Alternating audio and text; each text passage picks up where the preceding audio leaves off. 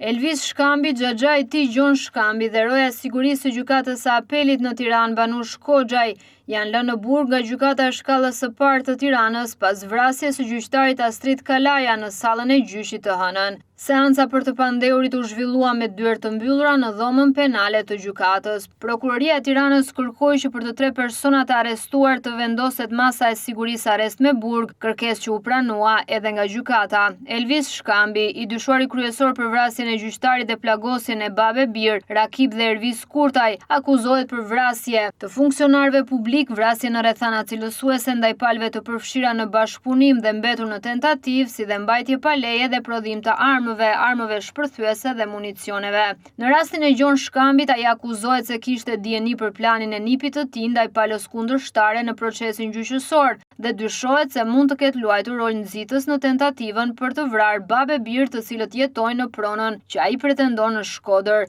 Ndërkohë Banush Koxhaj, roja i sigurisë, akuzohet për shpërdorim detyre, pasi nuk ka ndërhyrë pavarësisht se detektorët kanë sinjalizuar praninë e metaleve gjatë hyrjes së Elvis dhe Gjon Shkambit në ambientet e gjykatës të hënën. Ai nuk ka kryer kontroll fizik ndaj tyre dhe as nuk ka bërë regjistrimin e detyrueshëm në librin e protokollit, siç kërkohet për çdo person që hyn në institucion.